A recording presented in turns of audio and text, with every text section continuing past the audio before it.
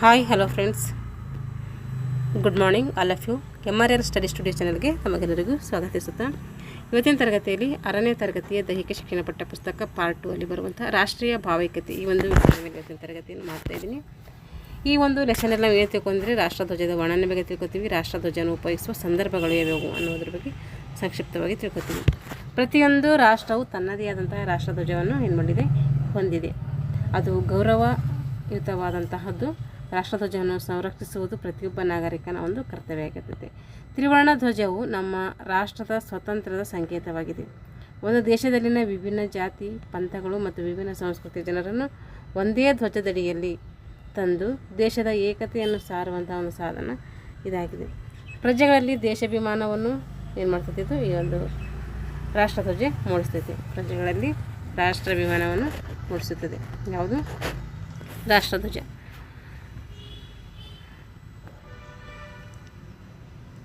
ಪ್ರಜೆಗಳಲ್ಲಿ ದೇಶಾಭಿಮಾನ ಮೂಡಿಸುತ್ತದೆ. ಅಂತಾರಾಷ್ಟ್ರೀಯ ಮಟ್ಟದಲ್ಲಿ ದೇಶದ ಪ್ರತಿನಿಧ್ಯ ಮೆರೆಯುವಂಥ ಹೆಗ್ಗುರುತೆ ಈ ಒಂದು ರಾಷ್ಟ್ರಧ್ವಜ ಆಗಿರ್ತೈತೆ. ರಾಷ್ಟ್ರಧ್ವಜ ಉದಯ ಹೆಂಗಾಯಿತು, ಹೇಗೆ ಹುಟ್ಕೊಳ್ತು ಅಂತೇಳಿ ನೋಡ್ರಿ. 1907ರಲ್ಲಿ ಕೆಲವು ದೇಶಭಕ್ತರು ರಾಷ್ಟ್ರಧ್ವಜವನ್ನು ಏನು ಮಾಡ್ತಾರೆ, ನಿರ್ಮಿಸ್ತಾರೆ. 1907ರಲ್ಲಿ ಕೆಲವು ದೇಶಭಕ್ತರು ಮಾಡ್ತಾರೆ, ರಾಷ್ಟ್ರಧ್ವಜ ನಿರ್ಮಿಸ್ತಾರೆ. 1916ರಲ್ಲಿ ಹಿಂದಿ ತರುಣರು 5 ಕೆಂಪು ಮತ್ತು 4 ಹಸಿರು ಬಣ್ಣಗಳ ಧ್ವಜ ಏನು ಮಾಡ್ತಾರೆ, ನಿರ್ಮಿಸ್ತಾರೆ. 1917ರಲ್ಲಿ ದೇಶಭಕ್ತರು ಏನು ಮಾಡ್ತಾರೆ, ಕೆಲವು ದೇಶಭಕ್ತರು ನಿರ್ಮಿಸಿದರೆ 1917ರಲ್ಲಿ ಹಿಂದಿ ತರುಣರು ಏನು ಮಾಡ್ತಾರೆ, 5 ಕೆಂಪು ಮತ್ತು 4 ಹಸಿರು ಬಣ್ಣಗಳ ಧ್ವಜವನ್ನು ಏನು ಮಾಡ್ತಾರೆ, ನಿರ್ಮಿಸ್ತಾರೆ. 1921ರಲ್ಲಿ 3 ಬಣ್ಣಗಳ ಧ್ವಜದಲ್ಲಿ ಚರಕವುಳ್ಳ ಧ್ವಜ ಏನು ಮಾಡ್ತಾರೆ, ನಿರ್ಮಿಸ್ತಾರೆ. ಅದು ಯಾವಾಗಂತೂ 1921ರಲ್ಲಿ ಬರ್ತೈತೆ. 1931ರಲ್ಲಿ ಭಾರತೀಯ ರಾಷ್ಟ್ರೀಯ ಕಾಂಗ್ರೆಸ್ ಕಮಿಟಿ ಕೇಸರಿ ವರ್ಣದ ಒಂದು ಧ್ವಜದ ಮೇಲ್ಭಾಗದ ಎಡಮೂಲೆಯಲ್ಲಿ ನೀಲಿ ಚರಕ ಇರುವಂಥ ಧ್ವಜವನ್ನು ಏನು ಮಾಡ್ತೈತೆ, ಅಸ್ತಿತ್ವಕ್ಕೆ ತರ್ತೈತೆ. 1931ರಲ್ಲಿ ಭಾರತೀಯ ಕಾಂಗ್ರೆಸ್ ಸಮಿತಿ ಏನು ಮಾಡ್ತದೆ ಅಂದರೆ ಕೇಸರಿ ವರ್ಣದ ಧ್ವಜದ ಮೇಲ್ಭಾಗದ ಎಡಮೂಲೆಯಲ್ಲಿ ಏನು ಮಾಡ್ತೈತೆ, ನೀಲಿ ಚರಕ ಇರುವಂಥ ಧ್ವಜವನ್ನು ಅಸ್ತಿತ್ವಕ್ಕೆ ತರ್ತೈತೆ. 1947 ಜುಲೈ 27ರಂದು ಈ ದಿನವನ್ನು ಸಂವಿಧಾನದಲ್ಲಿ ಈಗಿನ ತ್ರಿವರ್ಣ ಧ್ವಜ ಅಂತ ಅಂಗೀಕರಣ ಮಾಡಿದೆ. ತ್ರಿವರ್ಣ ಧ್ವಜ ಅಂತ ಅಂಗೀಕಾರ ಯಾವಾಗ ಮಾಡಿದೆ ಅಂದರೆ 1947 ಜುಲೈ 22ನೇ ತಾರೀಕು. ಈಗ ರಾಷ್ಟ್ರಧ್ವಜದ ವರ್ಣನೆ ನೋಡಿ. ಮೇಲಿನಿಂದ ಅನುಕ್ರಮವಾಗಿ ಕೇಸರಿ, ಬಿಳಿ, ಹಸಿರು ಬಣ್ಣಗಳಿರುವುದನ್ನು ನೋಡ್ತೀವಿ. ಇವಾಗ ಪ್ರೆಸೆಂಟ್ ಇರೋದು ಬಿಳಿ ಬಣ್ಣದ ಮಧ್ಯದಲ್ಲಿ ಕಡು ನೀಲಿ ಬಣ್ಣದಲ್ಲಿ ಅಶೋಕ ಚಕ್ರ ಇರೋದು ಕೂಡ ನಾವು ನೋಡ್ತೀವಿ. ಹಾಗಾದರೆ ಕೇಸರಿ ಏನನ್ನು ಸೂಚಿಸುತ್ತೆ ಅಂದರೆ ಧೈರ್ಯ ಮತ್ತು ಶಕ್ತಿಯ ಪ್ರತೀಕವಾಗಿ ನಾವು ಕೇಸರಿಯನ್ನು ಬಳಸ್ತೀವಿ. ಧೈರ್ಯ ಮತ್ತು ಏನು ಮಾಡ್ತೈತೆ, ಶಕ್ತಿಯ ಪ್ರತೀಕ. ಬಿಳಿ ಬಣ್ಣ ಇದು ಸತ್ಯ, ಶಾಂತಿಯ ಸಂಕೇತ. ಹಸಿರು ಸಮೃದ್ಧಿಯ ದ್ಯೋತಕವಾಗಿ ನಾವು ಬಳಸ್ತೀವಿ. ಅಶೋಕ ಚಕ್ರ ಇದರಲ್ಲಿ 24 ಗೆರೆಗಳಿದ್ದಾವೆ. 24 ಗೆರೆಗಳು 24 ಗಂಟೆಗಳನ್ನು ಸೂಚಿಸುತ್ತೆ.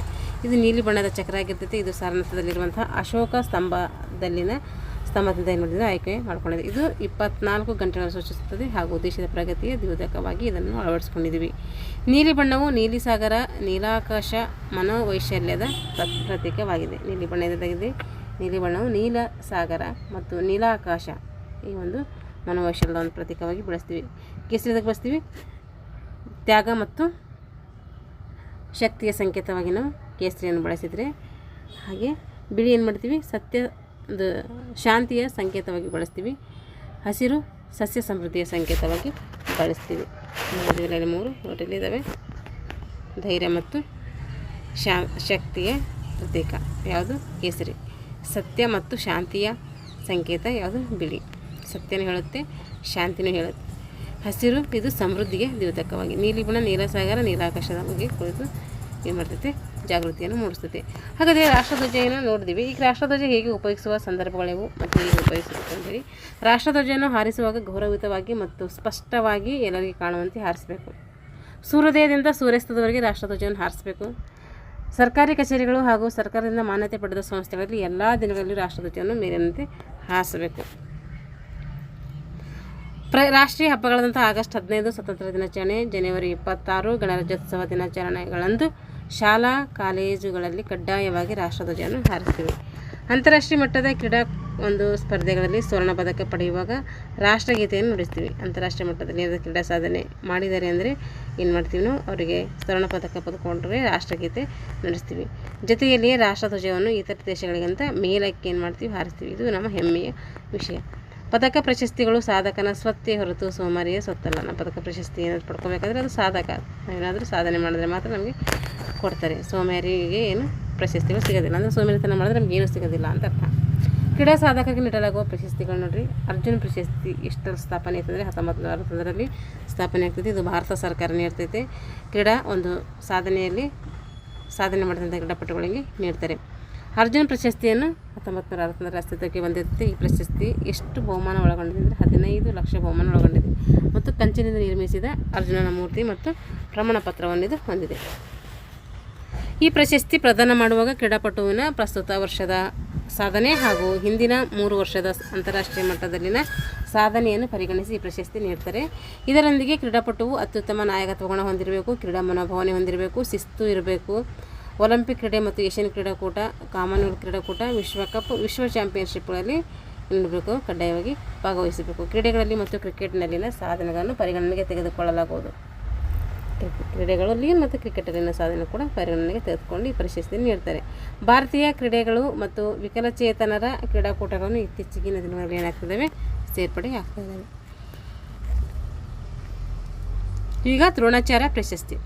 1985ರಲ್ಲಿ ಭಾರತ ಸರ್ಕಾರವು ಕ್ರೀಡಾ ತರಬೇತಿಯಲ್ಲಿ ಉತ್ಕೃಷ್ಟ ಸಾಧನೆಯನ್ನು ಮಾಡಿರುವ ತರಬೇತುದಾರರಿಗೆ ಏನು ಮಾಡ್ತೈತೆ, ದ್ರೋಣಾಚಾರ್ಯ ಪ್ರಶಸ್ತಿಯನ್ನು ನೀಡ್ತೈತೆ. ಇದರ ಪ್ರಶಸ್ತಿ ಕೂಡ 15 ಲಕ್ಷ, ಎರಡರದ್ದು ಸೇಮ್ ಇದೆ.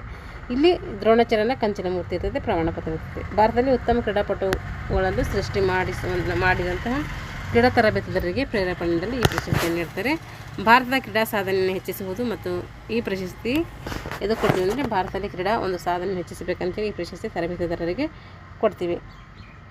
ಪ್ರಶಸ್ತಿ ನೀಡಲಾಗುವ ಹಿಂದಿನ 3 ವರ್ಷಗಳಲ್ಲಿ ಕ್ರೀಡಾ ತರಬೇತುದಾರರು ಗೆದ್ದಿರುವಂತಹ ನಿರಂತರವಾದ ಸಾಧನೆಗಳನ್ನು ಇಲ್ಲಿ ಪರಿಗಣಿಸಲಾಗ್ತೈತಿ. ಭಾರತದಲ್ಲಿ ಕ್ರೀಡೆಯನ್ನು ಸುಧಾರಿಸುವಲ್ಲಿ ತಮ್ಮ ಜೀವನವನ್ನು ಮುಡಿಪಾಗಿಟ್ಟವರನ್ನು ಗುರುತಿಸಲು ಈ ಒಂದು ಪ್ರಶಸ್ತಿ ಏನು ಮಾಡ್ತಾಯಿದೆ, ನೀಡ್ತಾಯಿದೆ. ನೋಡಿರಿ, ಇದೇ ದ್ರೋಣಾಚಾರ್ಯ ಪ್ರಶಸ್ತಿ. ಈಗ ಕ್ರೀಡಾ ಪ್ರಶಸ್ತಿಗಳು. ಭಾರತ ರತ್ನ ಪ್ರಶಸ್ತಿ ನೋಡಿರಿ. 1914ರಲ್ಲಿ ಮೊಟ್ಟ ಮೊದಲ ಬಾರಿಗೆ ಭಾರತ ಸರ್ಕಾರವು ಅತ್ಯುನ್ನತ ನಾಗರಿಕ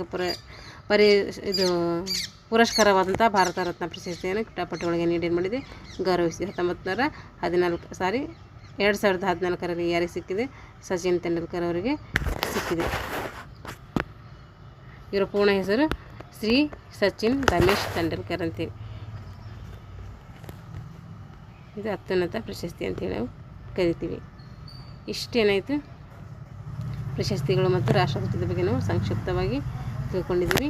ಮುಂದಿನ ತರಗತಿಯಲ್ಲಿ ಮುಂದಿನ ಲೆಸನ್ನೊಂದಿಗೆ ಮತ್ತೆ ಭೇಟಿಯಾಗೋಣ ಅಂತ ಹೇಳ್ತಾ ಇಲ್ಲಿಗೆ ತರಗತಿಯನ್ನು ಮುಗಿಸ್ತಾ ಇದ್ದೀನಿ. ಎಲ್ಲರಿಗೂ ಧನ್ಯವಾದಗಳು.